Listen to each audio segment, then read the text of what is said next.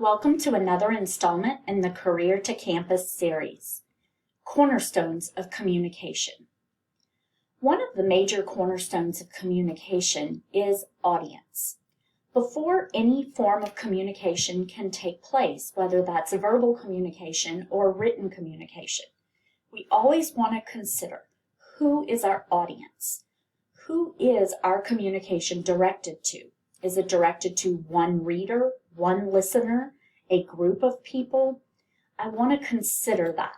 The next thing I want to think about is specifically who is this message for? A coworker, a stakeholder, a customer, a future client, a supervisor.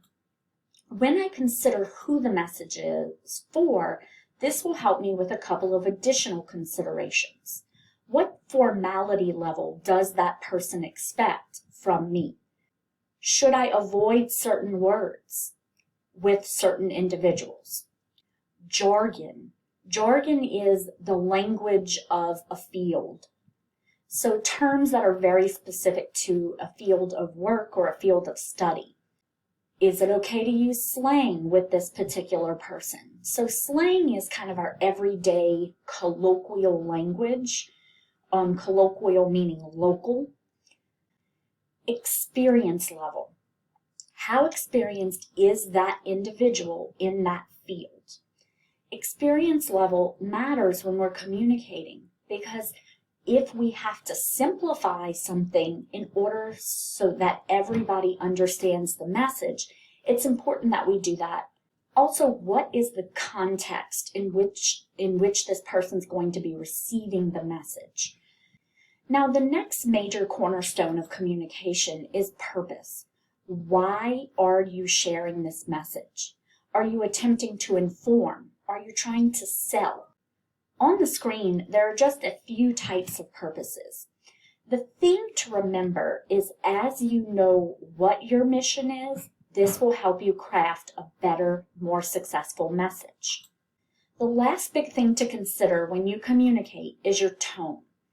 A tone in writing, or even in verbal communication, refers to the feelings or emotions that are shared by the writer to the reader.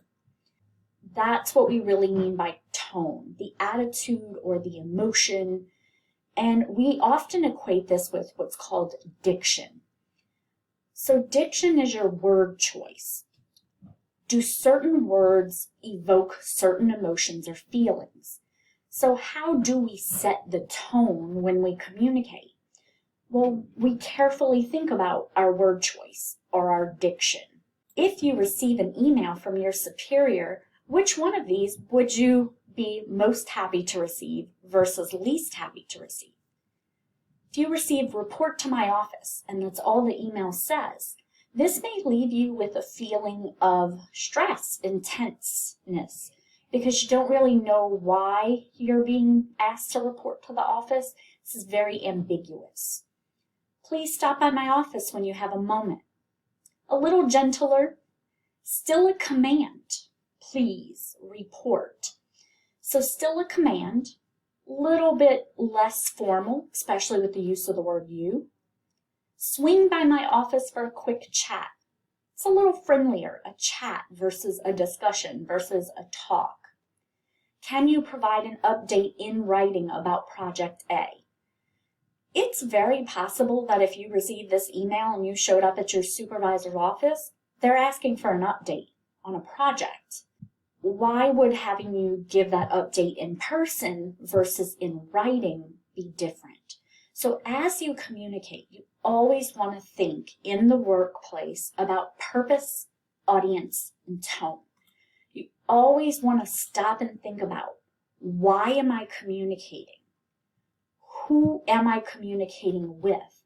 And what message or feeling or attitude do I want to leave that person with?